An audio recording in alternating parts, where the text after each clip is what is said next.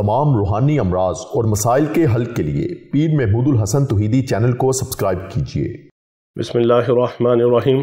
अल्हम्दुलिल्लाहि वहदा वस्सलातु वस्सलामु अला मन ला नबिय्य बअदा वला रसूल बअदहु वला मासूम बअदा। अम्मा बाद, मोहतरम भाइयों और बहनों, अस्सलामु अलैकुम वरहमतुल्लाहि वबरकातुहू।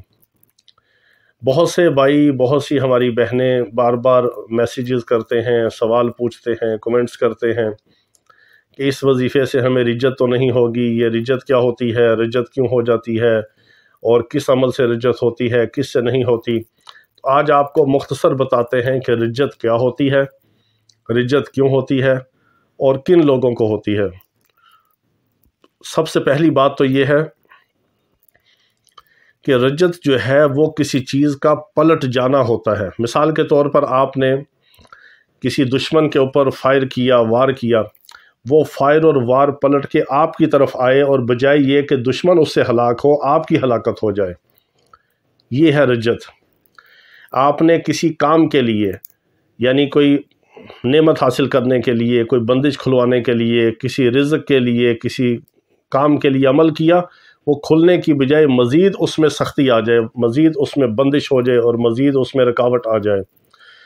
और इसी तरह ये है कि आपने किसी रिश्ते के लिए, कोई हुब के अमल के लिए, किसी को मुसख्खर करने के लिए, जायज़ हलाल रिश्ते के लिए, दोस्ती के लिए, हलाल ताल्लुक़ के लिए आपने कोई अमल किया और वो अमल जो है वो पलट जाए, रिवर्स हो जाए, और बजाय ये कि वो हलाल आपका ताल्लुक़ बढ़े, ज़्यादा नफ़रत पैदा हो जाए मोहब्बत की जगह पर।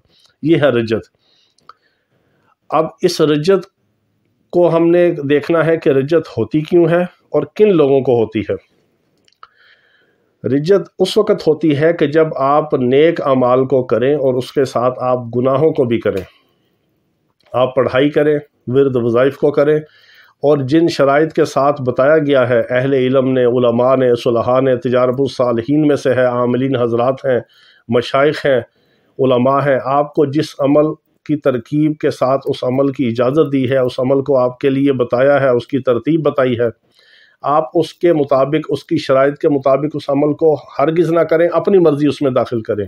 इससे भी रिज्जत होती है।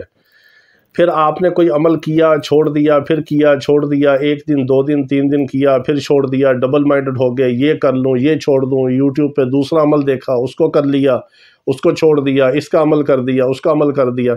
इस तरह करने से भी रिज्जत होती है। इसी तरह रिज्जत क्यों होती है, ये मैंने आपको पहले भी अर्ज़ किया है एक बार, और अब भी बता रहा हूँ कि रिज्जत उस वक़्त होती है जब आप किसी भी कुरानी आयात के अमल को, अस्माउल हुस्ना के अमल को, मसनून दुआओं के अमल को, या कुरानी सूरतों के अमल को, किसी भी आप रूहानी, ईमानी, कुरानी अमल को करें और फिर उसकी शराइत को मुकम्मल ना करें और उसके साथ आप गुनाहों से ना बचें, तो ये रिज्जत होती है। इसकी मिसाल आप यूँ भी समझ लीजिए। मिसाल के तौर पर आपने सूरत फातिहा का अमल किया। आप सूरत फातिहा की पढ़ाई कर रहे हैं 41 बार। अब सूरत फातिहा पढ़ने की वजह से आपके साथ नूरानी मखलूक़ात, रूहानी मखलूक़ात, मोकलात और अल्लाह के फ़रिश्ते आपकी तरफ मुतवज्जे हैं। उनको खुशबू आती है। जो सूरत फातिहा को पढ़ेगा उसकी खुशबू दूर तक फैलेगी, जो वही मखलूक़ात सूंघ सकती है। जहाँ से खुशबू आती है वहाँ पर वो मुतवज्जे होते हैं, उससे मोहब्बत करते हैं, उसका कुर्ब हासिल करते हैं, उसके करीब जाके बैठते हैं। अब आप सूरत फातिहा को पढ़ने के बाद कोई गलत काम करते हैं, कबीरा गुनाह करते हैं, सगीरा गुनाह बहुत ज़्यादा करते हैं, खाने पीने में एहतियात नहीं करते, हराम खा लिया, मुश्तबा चीज़ खा ली, गंदी फहिश तस्वीर देख ली, गंदी बातें कर ली, गंदी वीडियो देख ली, गलत काम कर लिया, गुनाह का काम कर लिया, मिलावट का, रिश्वत का, सूद का, बुराई का, बदकारी का, गाना बजाना सुन लिया, गंदी वीडियो देख ली, फिल्में देख ली, ड्रामे देख लिए, यानी कोई भी आपने गुनाह का काम किया। अब गुनाह के काम की वजह से वो जो नूरानी मखलूक और अल्लाह के फ़रिश्ते आपकी तरफ मुतवज्जे हुए हैं, वो आपसे दूर होंगे, नफ़रत करेंगे, बेजार होंगे, उनको आपके इस अमल से तकलीफ़ पहुँचेगी जो आपके करीब आए हैं। यानी इसकी मिसाल ये है कि आपने किसी मुअज़्ज़ज़ मेहमान को घर में बुलाया और फिर उसकी बेइकरामी की, उसको तकलीफ़ दी, उसको परेशान किया, उसको ज़लील और रुस्वा किया आपने, तो वो कितना उसकी दिल आज़ारी होगी।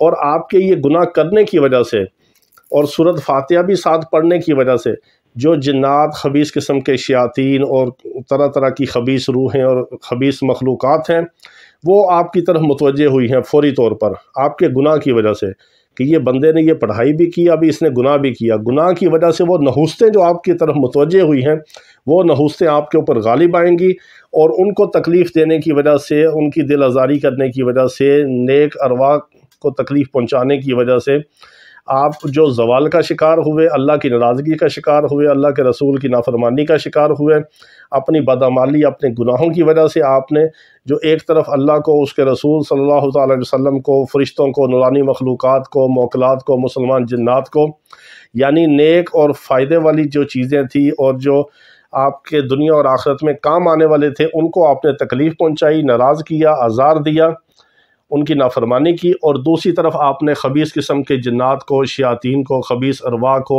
دشمنوں کو، اپنے حاسدوں کو، کیونکہ اللہ نے فرمایا اِنَّهُ لَكُمْ عَدُوٌّ مُبِينٌ کہ انسان کا کھلا دشمن شیاطین ہے اور شیطان ہے، شیطان کی ذریت ہے، ان کو آپ نے خوش کیا۔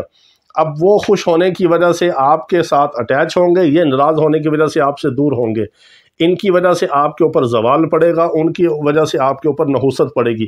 اب یہ ادھر سے سزا اور ادھر سے نحوست جب جمع ہوتی ہے تو یہ رجت کہلاتی ہے، یہ ہے رجت، ایسے ہوتی ہے رجت۔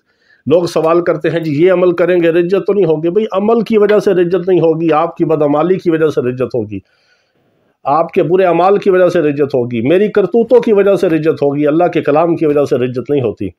اللہ کا کلام پر حق ہے، جلالی اعمال ہے، اس کا جلال ظہور میں آتا ہے، جمالی اعمال ہے، اس کے جمال کا ظہور ہوتا ہے، اس کی خیرات ملتی ہے۔ جو صفات کو آپ پڑھیں گے ان صفات کا جو یونیورسل سرور ہے اس کی برکات آپ کو ملیں گی، جو ایک سسٹم چل رہا ہے، تکوینی نظام ہے، اس کی برکات ملیں گی۔ لیکن جب ساتھ گناہ ہوں گے، بدعمالی ہوگی اور اس میں احتیاط نہیں ہوگی، شرائط پہ عمل نہیں کیا جائے گا، تو پھر یہ نحوستیں پڑیں گی، اس نحوست کا نام رجت ہے۔